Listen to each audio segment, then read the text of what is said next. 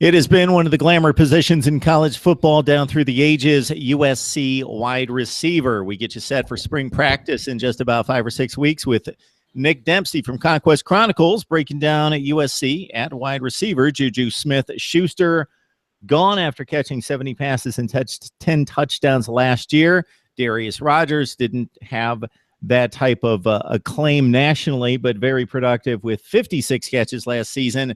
Those two guys gone, Nick, but definitely a load of talent behind them ready to fill in. Yeah, so his top two favorite targets are out, Darnold's, but they've got a ton of talent coming in. Just a lot of it hasn't necessarily been proven. Now, the great news is if you watched last year, Darnold sort of flipped it up, so it wasn't just Juju all the time. He actually was hitting 8, 9 different guys every game with completions. So a lot of these guys they have back definitely have experience. They've been playing. Of course, you got to start with Burnett, had that amazing Rose Bowl game.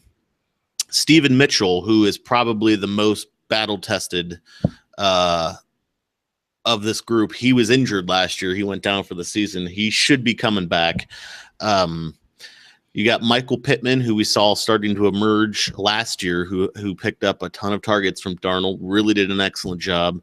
Jalen Green, who may also be on the quarterback depth chart for USC, was technically the backup QB after Max Brown transferred. But he got moved to wide receiver, and he's done pretty well. But they usually use him in sort of trick plays when they do the double pass. So they'll send Green out to the edge. They'll throw a pass to him, a vertical pass or horizontal pass, and then Green will either run it or he'll throw it deep to somebody else. They've used that play quite a bit. So he's a great decoy, but he can also move with his legs. You've got a couple of course, Josh Imatorbhebhe. The Imatorbhebhe brothers have been lights out in production. They're both young, both have a lot of eligibility left, and they've done great things for the USC passing game. So he came in as a 4-star. Tyler Vaughn's another guy came in, I believe, last year as a 4-star. And then the big get at the end of National Signing Day was Joseph Lewis, 2017 class, a 5-star wide receiver. One of the best receivers in the country. He'll be coming in as well. And so a lot of these guys, we've sort of started to hear their name last season. But for those of you who like recruiting stars, they've got, Mitchell, Pittman, Trevor Sidney, Imatorbhebhe, Vaughn's, all 4 stars, Joseph Lewis, a 5-star. And they've got an additional couple of 2-star players that are on the scout teams, 3 of those guys. So there's nothing but blue chippers on this roster to the point where this 5-star Joseph Lewis, who's an elite talent, he's going to really have to put in some work during this offseason. In a short amount of time once he gets on campus, if he wants to see any sort of playing time as his freshman year. So this team is stacked at wide receiver. They've got a quarterback who can spread the ball around.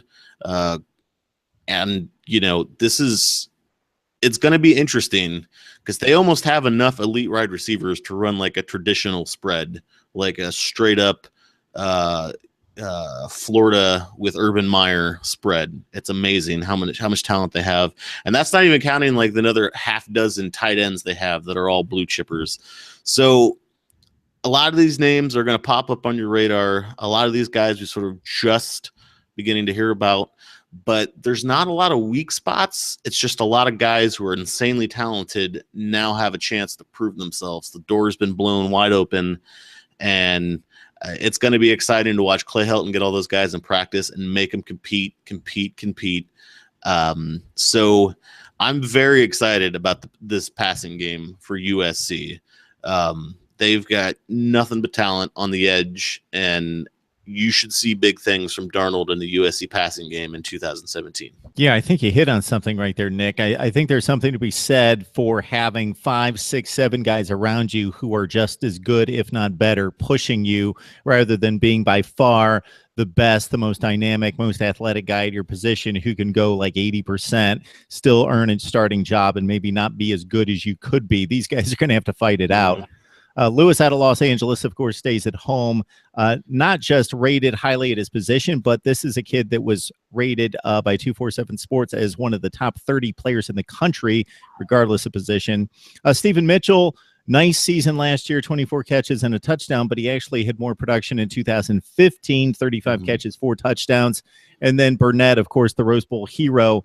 It'll be interesting to see if Darnold truly spreads it out and you've got a ton of guys with like 30 receptions, or if Burnett and his performance in the Rose Bowl was a harbinger of things to come, or if he's just, which is, there's nothing wrong with being a 40 or 50 catch guy as he was this season, but if that launches him into superstardom and he's that guy all the time, because going through his game log, 7 catches, 87 yards against Oregon, that was by far his best game production wise, and then just bam, 13 catches, 3 touchdowns against Penn State. Yeah, I think he's going to emerge as Darnold's favorite target, sort of his things are going wrong or I'm about to get sacked, get it to him.